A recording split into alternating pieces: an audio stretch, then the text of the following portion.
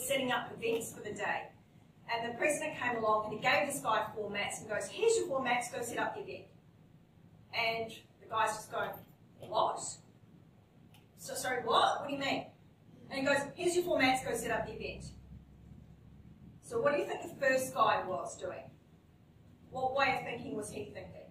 What colour is he? Oh, right. Yellow. Yellow. Yeah. So it's big, airy-fairy, high level, big picture. Here's the mats, go set up the event.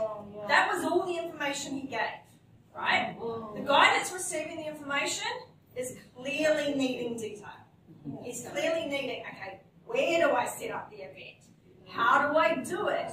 Where do I put the mats? How far apart are they? Where do I go? You didn't give him any information. And the two of them are just repeating the same thing over again.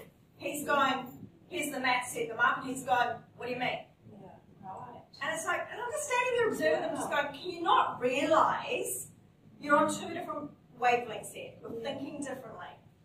So this is where you start observing these type of interactions, where you notice that you're starting to feel agitated. Stop and go, wait a minute, what do they need from me? Rather than me saying the same thing, do I need to add, yeah, exactly, yeah. So you understand what I'm telling you? No. We say, okay, do I need to add numbers? Do I need to add a bit more of a plan? Do I need to add a location, more specifics and details?